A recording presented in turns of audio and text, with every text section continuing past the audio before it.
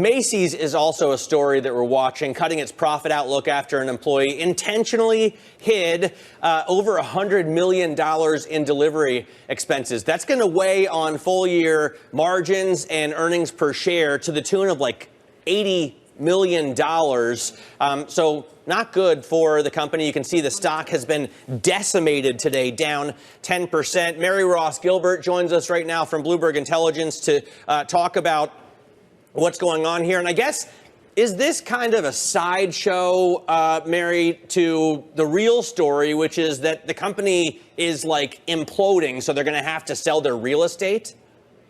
The company is not imploding. In fact, now that this is being put behind them, you know, they've gone ahead, they've made adjustments to their financial controls, they've improved it. And so while there will be an impact in terms of the gross profit, I think the biggest impact to the gross margin really in the fourth quarter is going to be that they have to take markdowns on cold weather merchandise. But other than that, if you look at the sales trends, they actually improved or raised their guidance for comp sales on a 13-week basis to be down 1% to potentially up 1%. So we think that's more positive. And I think if you look at the more go-forward story, we're seeing some green shoots there. Their first 50 stores that they've remodeled, they posted their third quarter of comp sales increases. They were up 1.9%. So there were actually a lot of green shoots in the quarter. It does not seem terribly exciting, Mary, I'm going to say.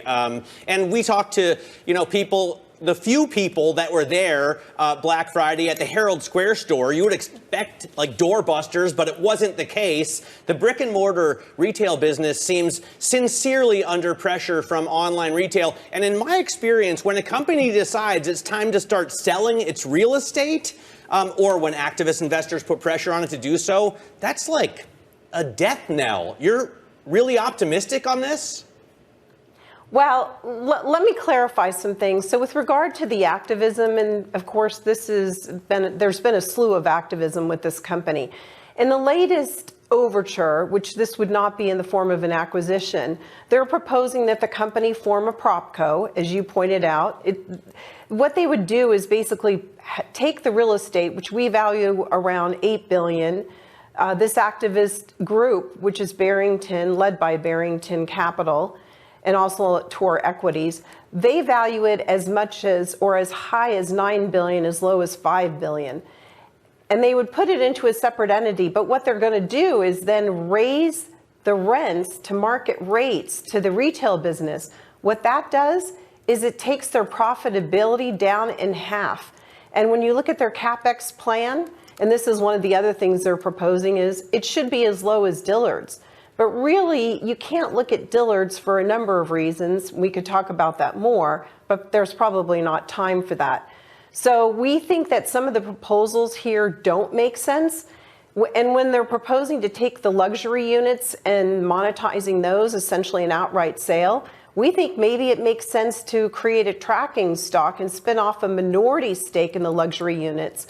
And this provides more transparency and also improves the valuation of the overall operations. But we think creating a propco on the real estate is not something you can really do for department stores.